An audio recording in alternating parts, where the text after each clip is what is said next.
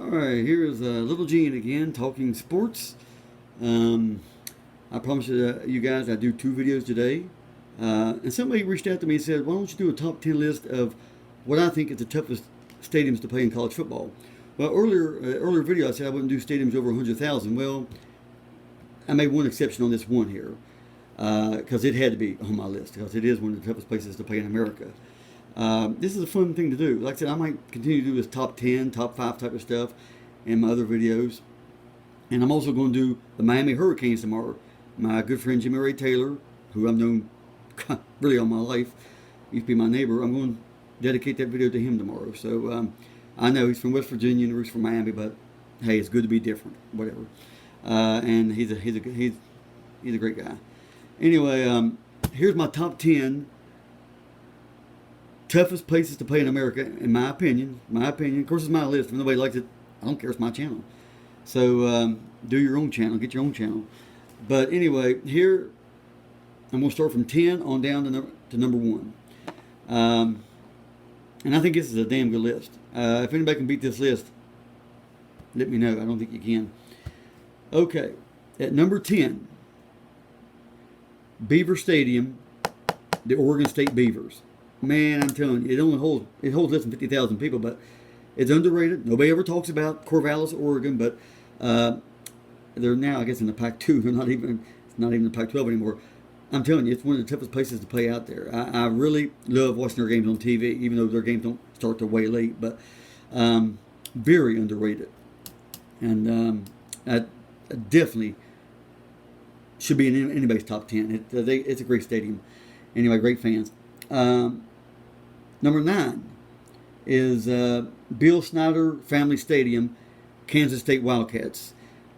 Thank God Kansas State plays in Morgantown this year. Going out there is just, it's a bitch. It's a tough place to play. And I respect Kansas State, except when we play them, of course, but they don't get all the quality players and stuff. But boy, they know how to coach them up. They've been doing that for so many years. And they have great fans out there. Manhattan, Kansas, and Pastor Lohmeyer, also a great friend of mine. That's his alma mater, and that's who he roots for. So I might do a video on them as well, although I do have them losing to West Virginia, of course.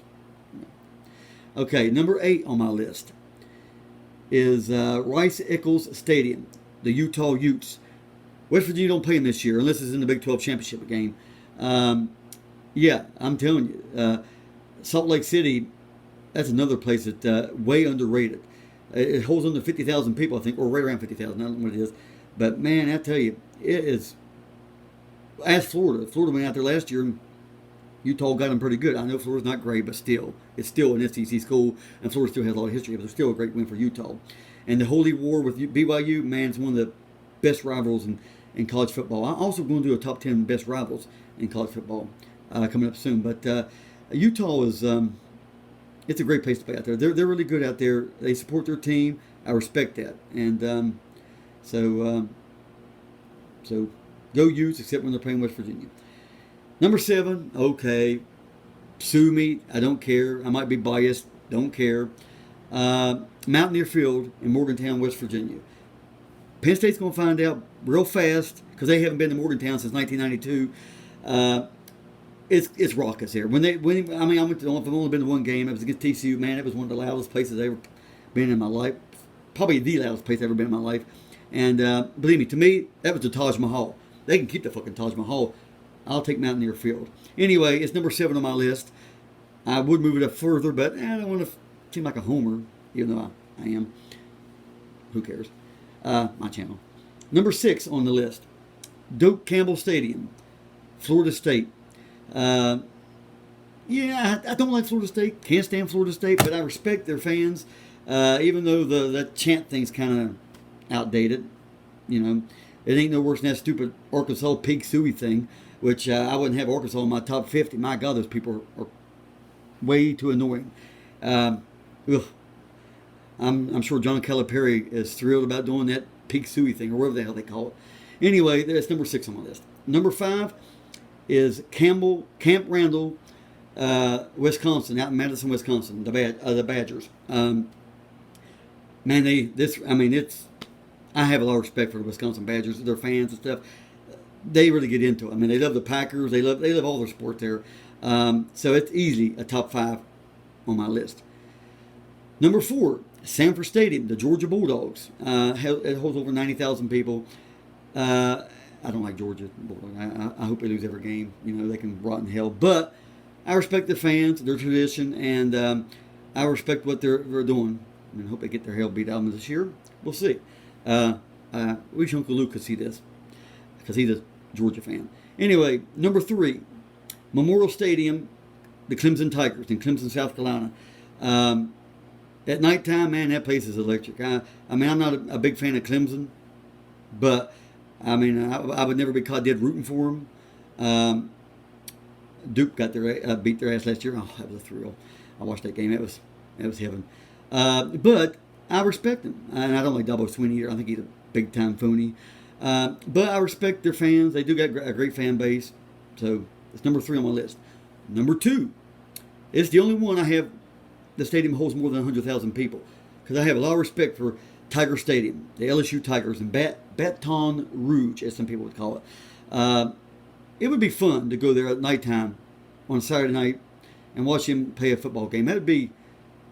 It's like from what I've seen and heard, it's like a Mardi Gras, you know, in their stadium at night. It's like, man, looks like a lot of fun. I'm just saying it. It'd be. I hate to use the word or term bucket list. I just like to say my list, but that would be great to go to a game at nighttime at LSU. That'd be. I mean, I had a big debate whether I should have him number 1, but on my list are number 2. Number 1, the place that only holds maybe 54 or 55,000, but I'm telling you, it is almost. It's probably easier to get into heaven.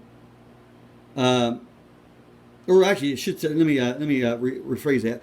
Probably harder to get into heaven than win a game at Oregon because, man, Autzen Stadium. It is. I know the people out on the West Coast get a bad rep of being, they're laid back, a bunch of hippies and all that.